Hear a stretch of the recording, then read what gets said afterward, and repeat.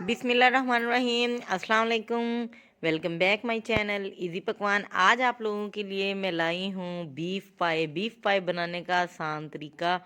इसको कैसे बनाना है, इसको अच्छे तरीके से कैसे गलाना है, उसकी यखनी कैसे बनानी है। जो सबसे बड़ी मिस्टेक होती है, लोग वो छोड़ देते हैं, वो सारा आज मैं तरीका अगर आपके साथ शेयर करूँगी। तो सबसे पहले आप लोग वीडियो को लाइक कर लें, शेयर कर लें। बिस्मिल्लाहिर्रहमानिर्रहीम। ये बीफ पाए हैं, ये 2 पाए हैं। तो यहाँ पर इसको अच्छे तरीके से बाज़ार से ही कटिंग करवा लिए थे मैंने, और अब इसको अच्छे तरीके से मैंने वाश करने के लिए मैं गर्म पानी में एक बार इसको धो लूँगी, ताकि इसके ऊपर कोई भी बाल वगैरह लगा हो या कोई भी इसके ऊपर और मैल वगैरह हो, वो अच्छे तरीके से रिमूव हो जाए। इसको आपने अच्छे तरीके से ऐसे वॉश करना है, एक एक इसमें से पीस को उठाना है और अच्छे तरीके से ऐसे मल मल के धोना है, ताकि इसके ऊपर ये जो ब्लैक खाल है ये भी अच्छे तरीके से रिमूव हो जाए। तो 2 से 3 बार हम गर्म पानी में धोएंगे। धोने के बाद इसको फिर हमने प्रेशर कुकर में डाल लेना है इसको गलाने के लिए। ये देखें, वाश हो गए हैं अच्छे तरीके से, साफ़ सुथरे।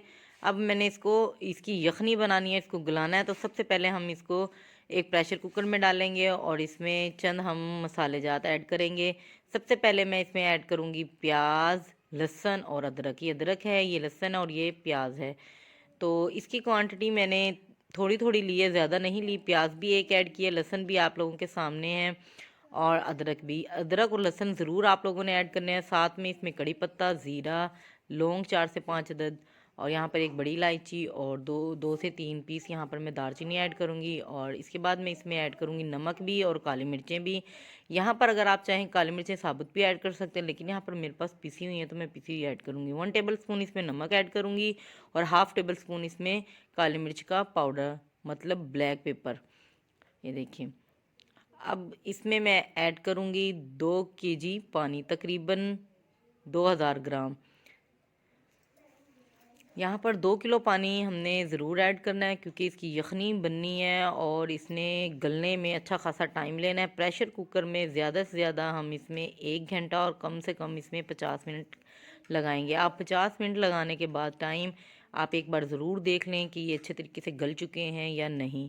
तो अब मैं यहाँ पर 1 घंटे के लिए इसे पकाऊंगी। 1 घंटे के लिए मैं इसको फ्लेम ऑन करूँगी और इसको चूल्हे पर रख दूँगी। ये देखिए, अब दूसरी जानिब यहाँ पर मैंने एक कढ़ाई ली है। कढ़ाई में मैं 1 कप ऑयल लूँगी। ऑयल ज़्यादा नहीं लेना मैंने, क्योंकि जो पाए हैं जब इनकी यखनी बनती है तो ऑलरेडी इसमें बहुत ज़्यादा घी मौजूद होता है, क्योंकि इसमें नलियाँ मौजूद है। नलियों का अपना भी ऑयल होता है, घी छोड़ते हैं वो भी, तो अच्छा खासा घी इसमें जमा हो जाता है पाए की यखनी में। तो अब यहाँ पर मैंने कढ़ाई ली, कढ़ाई में मैंने 1 कप ऑयल लिया। जैसे ही गर्म होता है, यहाँ पर 1 टेबल स्पून इसमें मैं ऐड करूँगी ज़ीरा। तो ज़ीरे को मैं इसके अंदर ऐड कर दूंगी। जैसे ही ज़ीरा गर्म होगा, इसके बाद मैं इसमें प्याज ऐड करूंगी। एक बात याद रखिएगा, यहाँ पर जो प्याज है आप लोगों ने पहले ब्राउन करके उसको पीसना नहीं है। सबसे पहले आप लोगों ने क्या करना है, प्याज को वैसे ही कच्चा पीस लेना है। किसी भी तरीके से आप कुंडी में पीस लें, ग्राइंडर में पीस लें, इसको जूसर मशीन ले लो उसमें। तो यहाँ पर मैंने ये जूसर मशीन में इसको ग्राइंड किया है, और इसको मैंने अच्छे तरीके से ग्राइंड कर लिया था। अब यहाँ पर इसमें मैं इस ऑयल में इसको अच्छे तरीके से फ्राई करूँगी। प्याज को मैंने यहाँ पर लाइट ब्राउन करना है, थोड़े से मीडियम फ्लेम पर आपने इसको स्लो स्लो लाइट ब्राउन करना है, क्योंकि जैसे ही आप इसको फुल फ्लेम पर बनाएंगे तो इसके छींटे चारों तरफ फैल जाएंगे, तो प्याज अच्छे से फ्राई नहीं होगी। तो आप कोशिश करें इसको स्लो फ्लेम पर। यहाँ पर दूसरी जानी मैंने 4 टमाटर लिया, उसका पेस्ट तैयार किया, और इसमें मैं ऐड करूँगी 1.5 टेबल स्पून सुरख मिर्च पाउडर। तो यहाँ पर चम्मच भी अच्छी खासी बड़ी है, तो पाए भी 2 हैं, तो मैं यहाँ पर तकरीबन 1.5 स्पून ऐड करूँगी इसमें।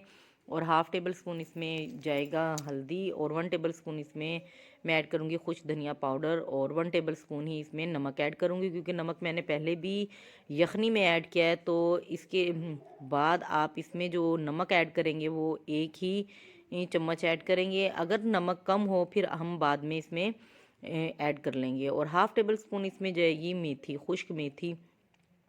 अब यहाँ पर ये देखिए, प्याज हमारी ब्राउन हो गई है, लाइट ब्राउन। ज़्यादा आप लोगों ने इसको डार्क ब्राउन नहीं करना, ये जल जाएगी ये प्याज। और ये जो मसाले और जो टमाटर मैंने तैयार किए थे वो इसके अंदर ऐड करेंगे।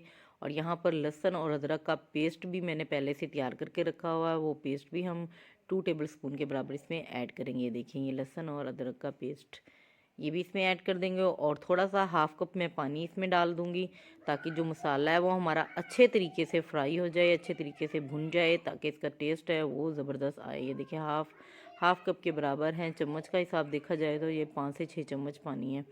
इसको अच्छे से मिक्स करेंगे और इसको हम भुनने के लिए रख देंगे।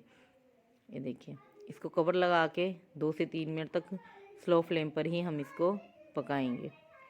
दूसरी जानिब हमारे जो पाए हैं वो भी बन रहे हैं, तकरीबन 10 मिनट उसमें कम है, 50 मिनट हो गए हैं। 10 मिनट तक वो हमारे अच्छे से फ्राई हो जाएंगे, जब तक हमारा मसाला भी तैयार हो जाएगा। ये देखिए मसाला थिक हो गया, ऑयल ऊपर आ गया। अब यहाँ पर मैं इसमें ऐड करूँगी 1 कप दही। दही आपने ज़रूर ऐड करनी है पाए में। और टमाटर भी मैंने इसमें 4 ऐड किए हैं। अगर दरमियाने साइज़ के टमाटर हैं तो 4 ऐड कर लें, अगर बड़े साइज़ के टमाटर हैं तो आप 3 ले लें, क्योंकि पाए हमारे पास 2 हैं तो इसकी ग्रेवी अच्छी सी तैयार होगी और मज़ेदार लेसदार हमारे पाए तैयार होंगे। ज़्यादा खटास आप लोगों ने इसमें ऐड नहीं करनी, इमली खटारा वगैरह ऐड नहीं करना। उससे ये होगा जो पायों में लेस बनती है वो ख़त्म हो जाती है। जितना आप इसके अंदर खट्टा डालेंगे ये इसकी लेस उतनी ही ज़्यादा ख़त्म होती जाएगी। देखिए पाए हमारे तैयार हो गए। यखनी अब एक बार इसको चेक करते हैं। माशाल्लाह ये देखें कि ये गल चुके नहीं, लेकिन ये गल तो बहुत गए हैं कि हड्डियों पे से भी ये उतरना शुरू हो गए हैं। देखिए माशाल्लाह कितने सॉफ्ट हो गए हैं। ये देखिए, तो अब क्या करेंगे, अब जो मसाला हमारा तैयार हो गया है उस मसाले में ये सारी जो ये पाए की बोटियां हैं, एक एक पीस हम इस मसाले में थोड़ा सा इसको भून लेंगे। सारा ही बोटियां इसमें निकाल लेंगे। निकालने कैसे ये मैं आपको दिखाती हूँ।